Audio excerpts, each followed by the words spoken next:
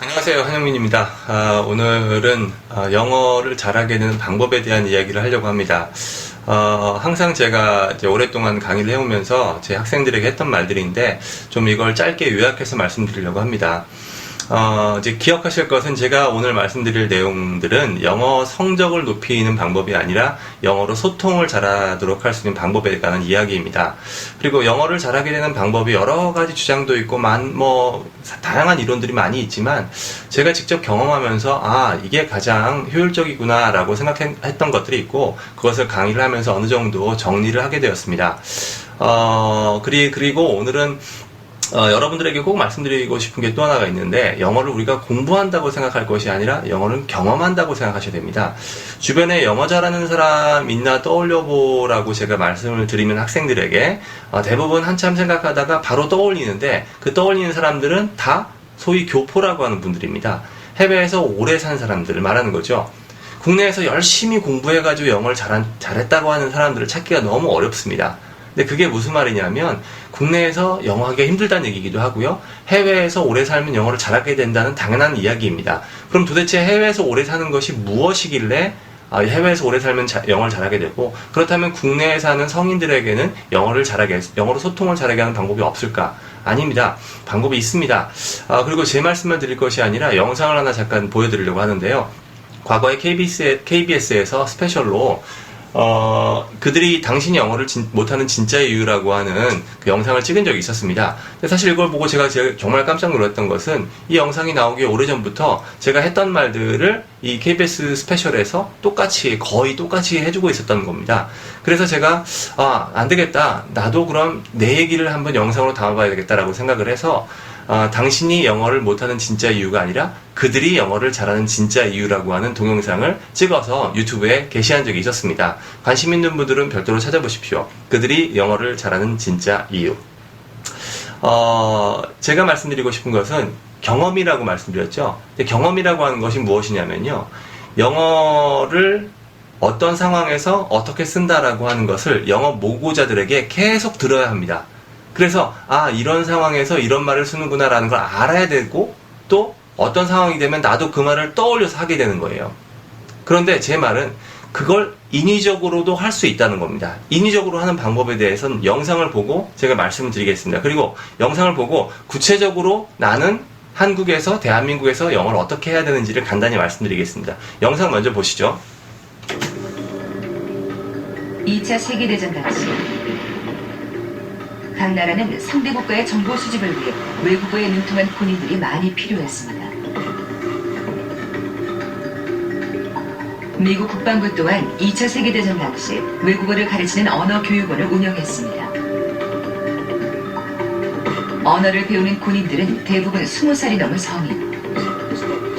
이른바 뇌가 모국어에 맞게 최적화된 나이지만 군인들은 외국 언어민과 흡사할 정도로 외국어를 잘 구사했습니다.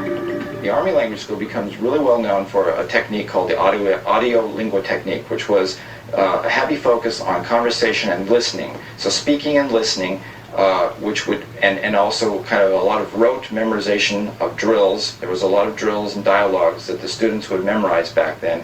And they would practice and practice and practice until they were able to speak the words precisely. 군인들이 외국어를 훈련하는 방식은 극단적으로 또 연습하는 것이었습니다.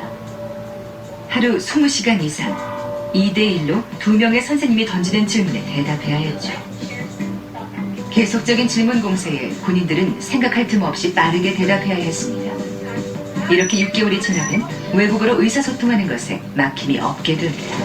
The War Department in the United States during the Second World War they had a demand and a need to get people up to speed in languages in French and German very, very quickly. Litz, in conjunction with McGill University, developed this scientifically proven system to maximize the use of students' time. 이근철 씨. 네, 여기까지였습니다. 그러니까 보셨으면은 지금 보여드린 2차 세계대전 당시에 군대에서 썼던 방식이라고 하는 것이 어떤 방식이었는지 지금 이해하셨을 거예요. 그러니까 지금 잘 보셨을지 모르겠지만 크게 제가 간단하게 요약을 해드릴게요. 하루에 20시간 이상씩 원어민 2명을 데려다가 군인 1명을 앉혀놓고 계속 질문을 하고 답을 하게 만들었다고 하는 겁니다. 또 바로 그 앞에서 한 학자가 말한 것 중에 무엇이 있었냐면 엄청나게 많은 대화 연습과 rote memorization이라고 해서 반복 암기를 얘기하는 겁니다. 소리를 듣고 그대로 따라하는 암기를 얘기하는 거예요. 그리고 두 사람이 들어와서 계속 말을 시켜서 말을 해보게 만들었다는 겁니다. 이 두 가지가 뭐냐면요, 간단히 말해서 영어 원어민이 어떤 상황에서 뭐라고 말하는지를 이해하고 그게 입에 붙을 만큼 계속 외우는 거예요. 입에 붙도록. 그리고 나서 두 사람을 들여오게 한 다음에 그 사람들이 계속 말을 시켜서 내가 자꾸 떠올려서 말을 하게 만들었다는 거죠. 자, 그럼 크게 두 가지입니다.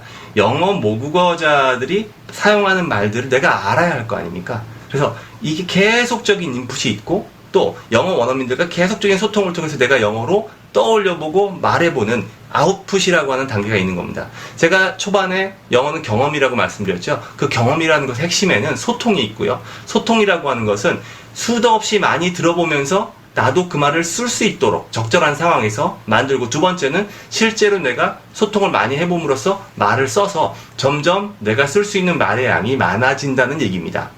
그렇다면 국내에서 이걸 한다면요, 그게 어렵죠. 생각해보세요. 군인들이 하루 20시간 이상씩 할 수 있었고 또 원어민들 2명을 넣어서 계속 말을 시켰지만 이게 어렵단 말입니다. 그래서 이거를 소위 시뮬레이션 하는 것이 제가 사용했던 방법이고 또 학원에서 저희 학원에서 사용하고 있는 방법입니다. 이걸 좀 구체화해 볼게요. 영어 원어민이 있으면 좋고 계속 옆에서 말해주면 좋지만 그렇게 할 수 없죠. 대한민국에서 그거 힘듭니다. 설사 1년 어학연수를 간다 하더라도 외국인이 계속 나한테 말 걸어주는 경우가 별로 없어요. 또 어학연수 상황은 더 안 좋은 것이 뭐냐면 어학연수 가서 5시간씩 수업을 듣는다고 하더라도 교실 내에서 영어 원어민은 딱 1명입니다. 선생님이죠. 옆에 있는 사람은 누구예요? 일본인, 멕시코인, 스위스인이에요. 원어민이 아닙니다. 그러다 보니까 이걸 우리가 어학연수 가서도 우리가 원하는 상황을 마련하기 힘들어요. 그래서 그렇다면 뭐냐? 영어 원어민을 직접 대할 수 없다면 영어 원어민들이 말해놓은 이야기들을 우리가 구해다가 사용하면 간접적으로 그걸 경험할 수 있다는 겁니다. 이때 유의할 것은 문장을 떨어뜨리는 것이 아니라 이야기, 대화문이라든지 이야기, 설명문, 신문, 미국 드라마 이렇게 실제 맥락이 있는 것이어야 합니다. 왜냐하면 실제로 소위 교포라고 하는 분들도 맥락 내에서 상황 내에 노출됐고 그 상황에 맞는 단어를 문장들을 익혔기 때문입니다. 그래서 제일 먼저 여러분들이 하셔야 될 일은 따라할 말을 구하는 겁니다. 그 원어민들이 만들어 놓은 말들을 구하는 거예요. 그런 말들의 대표적인 예가 저는 항상 동화책을 제일 먼저 얘기합니다. 어려우면 힘들거든요. 동화책이라든지 신문도 될 수 있는데 가능한 한 처음엔 소리가 났습니다. 그러니까 소리가 뭐가 있을까요? 요즘에 좀 어렵긴 하지만 TED.com에 있는 연설문 같은 것도 상당히 좋고요. 또 하나는 뉴스, 방송 뉴스가 참 좋은데 이것도 좋은데 이것도 좀 어렵다는 단점이 있습니다. 그렇다면 대화문들을 많이 만들어 놓은 것들을 찾을 수밖에 없는데 그런 것들 많습니다. 일단 시중에만 나가보시더라도 대화들이 영어 원어민들이 해놓은 대화들을 묶어놓은 곳들이 많습니다. 그것도 좋은 방법입니다. 그리고 또 물론 요즘에는 많이들 쓰고 계시지만 미국 드라마나 헐리우드 영화 같은 것도 아주 좋은 자료입니다. 정말 좋은 그 원어민들 옆에서 우리가 간접적으로 경험할 수 있는 좋은 방법 아닙니까? 물론 그것도 난이도 선정을 잘해야 하긴 하지만 그런 것들을 구하는 겁니다. 소리를 구한다는 거죠. 이때 유의할 것은 꼭 대본이 있어야 합니다. 왜냐하면 무슨 말인지 알아야 되기 때문이죠. 두 번째는 이 말을 계속 들어보고 무슨 뜻인지 파악하려고 노력해야 합니다. 실제 생활에서도 미국 가서 원어민이랑 얘기하다 보면 알아듣는 말도 있고 못 알아듣는 말도 있는데 어떻게든 알아들으려고 노력하지 않습니까? 그 노력하는 과정을 시뮬레이션 하기 위해선 대본을 절대 미리 보지 마시고 소리만 들어보면서 이야기들을 한번 유추하고 이해해 보는 겁니다. 그 과정을 많이 반복하십시오. 그 과정에서 제가 강조하는 방법 중에 하나가 받아쓰기인데 받아쓰기는 부수적인 내용이니까 여기서는 생략하고 넘어가겠습니다. 수도 없이 많이 들어봤어요. 듣다 보면 도저히 안 들리는 부분이 있을 겁니다. 그걸 어떻게 하느냐? 세 번째는 이제 대본을 확인하면서 잘 못 알아들었던 부분을 해설이나 강의, 사전 등을 동원해서 최대한 잘 이해하는 것입니다. 이해를 전제로 하지 않은 암기, 익히기는 아무 소용이 없습니다. 이해를 해야지 나중에 제가 소통을 할 때 이해하고 쓸 수 있지 않겠습니까? 이 과정을 꼭 겪으시는데 강의가 있다면 강의를 들으셔도 좋고 해설집이 좋은 게 있다면 해설집, 그게 없다면 번역본을만 가지고라도 어떻게든 이해를 하려고 노력하셔야 됩니다. 또 영영사전 등을 이용해서 단어들의 의미까지 파악을 해야 되겠죠. 그렇게 세 번째로 파악을 했습니다. 그 다음에는 자꾸 까먹어요. 우리가 이게 외국에 계속 살다 보면 노출이 계속적으로 돼서 나왔던 말들이 또 나올 확률이 많지만, 이렇게 할 경우에는 나왔던 말들이 몰랐던 말이 다음에 또 나올 확률이 적어요. 그러니까 이걸 잊지 않도록 하기 위해서 정리라는 방법을 택하십시오. 그래서 생소한 단어들이나 구문들이 있었다면 그것들을 사전이나 해설을 이용해서 정리를 꼭 자기 공책에 하는 겁니다. 이때 유의할 점은 영안사전으로 그냥 한국어랑 묶어서 외우는 것이 아니라 영영사전을 이용해서 하는 걸 추천합니다. 영영사전과 관련해서는 제가 이전에 찍은 영상이 있으니까 영영사전 사용법에 대해서는, 고르는 법에 대해서는 그걸 이용하시기 바라고요. 그리고 이제 정리까지 끝났습니다. 그러면 이제 그 다음 단계가 소리를 들으면서 그게 어떤 의미인지, 이 단어가 어떤 뜻이었는지를 상기하면서 그 사람하고 똑같은 소리를 내기 위해서 계속 반복하십시오. 이 반복이 없이는 입에 붙기가 힘듭니다. 말을 많이 해봐야 되는데 입에 붙도록 하기 위하면 거의 암기될 정도까지 똑같은 소리를 내려고 계속 반복하시길 바랍니다. 이 과정을 꼭 해야 됩니다. 또 마지막인데요. 이 마지막이 제일 어렵습니다. 아까 영상에서도 봤듯이 이제 미국 군인이 원어민들 2명을 데려다 놓고 앉혀놓고 계속 말을 시켰다고 했죠. 그건 뭐냐면 영어로 듣고 영어로 생각해서 내 말을 하려고 하는 노력이 억지로 됐다는 겁니다. 그렇다면 그런 과정을 우리가 만들면서 가장 좋은데, 차선책으로는 영어로 생각해보고 영어로 글을 써보고 영어로 말하는 과정을 거쳐야 한다는 겁니다. 그래야지 내가 익혔던 것들이 정말 내 것이 됩니다. 이게 경험이라는 거죠. 내가 무작정 단어 쓰고 외운 것은 아직까지는 정말 내 게 아니고 바로 떠오르지 않습니다. 내가 내 말을 하기 위해서 그렇게 익혔던 것들을 떠올려 보려고 노력할 때, 그때 정말 경험이 되어서 그 말들이 내 것이 되고, 시간이 지날수록 내가 쓸 수 있는 말, 들어서 이해하는 말, 내가 떠올려 할 수 있는 말들이 늘어나게 됩니다. 그러면 조금씩 소통 능력이 증진되게 되는 것이죠. 이 6번째가 제일 힘이 들기 때문에 저는 영어로 일기 쓰기 같은 걸 권하고요. 또 같은 뜻을 가진 사람들끼리 영어로 이야기하는 시간을 정례화하는 것을 추천합니다. 그래서 저는 학원을 운영하고 있기 때문에 학원에서는 학생들에게 스터디 같은 것들을 통해서 매일 시간을 정해놓고 영어로 말해보기를 권하고요. 또 스피킹 클럽 같은 것들을 별도로 운영하면서 그 내에서 그룹에서 주제를 놓고 영어로 계속 이야기해보는 것을 시킵니다. 또 제가 했던 방법 중에 하나인데요.